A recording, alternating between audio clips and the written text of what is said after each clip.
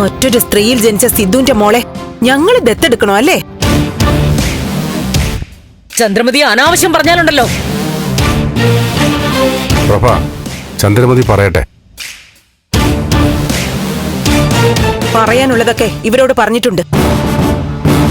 ദേവികയെ വീട്ടിലേക്ക് അയച്ച് ഞങ്ങൾ ആ തനുജയെ ദത്തെടുത്ത് കൂടെ കൂട്ടണമെന്ന് പറയാനാണെങ്കിൽ മുഖത്ത് നോക്കി പറയണം സിദ്ധു. മോളെ, നീ ബലരാമന്റെ വീട്ടിൽ പോയി ഇങ്ങനെ ഒരു ആവശ്യം പറഞ്ഞിട്ടുണ്ടോ? അവിടെ പോയിരുന്നച്ചാ, ഇങ്ങനെ ഒരു കാര്യം ആവശ്യപ്പെട്ടിട്ടില്ല. അച്ഛനെ രക്ഷിക്കാൻ കള്ളത്തരം കാണിക്കുന്ന മരുമകള് സത്യം മാത്രമല്ലേ പറയൂ.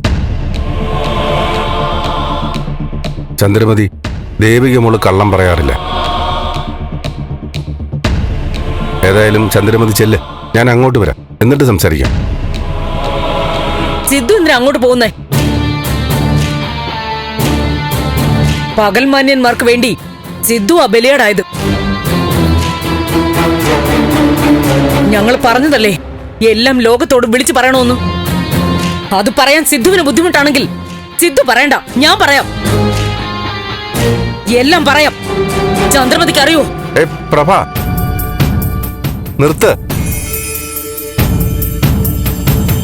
അത് ശരി, തനുജയുടെ പിതൃത്വം വേറെ ആരുടെയെങ്കിലും തലയിൽ കെട്ടിവെക്കാനാ പ്ലാൻ അല്ലേ? അതിന് കൂട്ടുകാരനെ തന്നെ കണ്ടെത്തിയത് ഏറ്റവും വലിയ പ്ലാനായി പോയി.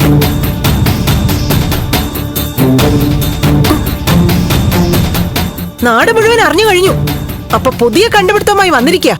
ഇത് പുതിയ കണ്ടുപിടുത്തമൊന്നും അല്ല ചന്ദ്രമതി, പഴയ കണ്ടുപിടുത്തോ. ഞങ്ങൾ കണ്ടുപിടിച്ചത് ഈ അടുത്ത സമയത്താ. പ്രഭ, സംസാരിക്കണ്ടെന്ന് പറഞ്ഞില്ലേ? ചന്ദ്രമതി പറയട്ടെ. ആ കുട്ടിയെ ദത്തെടുക്കണമെന്നോ അവളെ അവിടെ സ്വീകരിക്കണമെന്നോ ദേവിക പറഞ്ഞിട്ടില്ല എന്ന് പറയുന്നു. അത് ഞങ്ങൾ ഉറപ്പായിട്ടും വിശ്വസിക്കുന്നു. അതെ, ദേവിക ആരും കുറ്റപ്പെടുത്തണ്ട. അമ്മേ, ആന്റി എന്തൊക്കെയോ തെറ്റിദ്ധരിച്ച് സംസാരിക്കുക.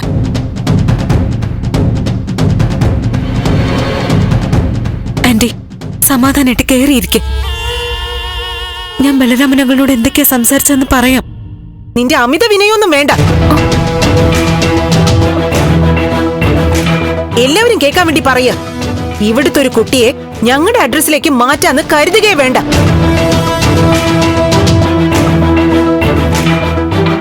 ബാലു പാവം, കൂട്ടുകാരൻ ഇങ്ങനൊരു അവസ്ഥയിലല്ലേന്ന് വിചാരിച്ച് മനസ്സ് തകർന്നിരിക്കുക.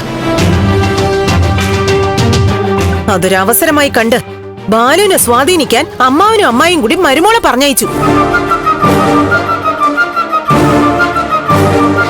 അവിടെ വന്ന് കണ്ണീരൊലിപ്പിച്ച് കാര്യം പറഞ്ഞു. പാവം ബാലു തീരുമാനിക്കുകയും ചെയ്തു.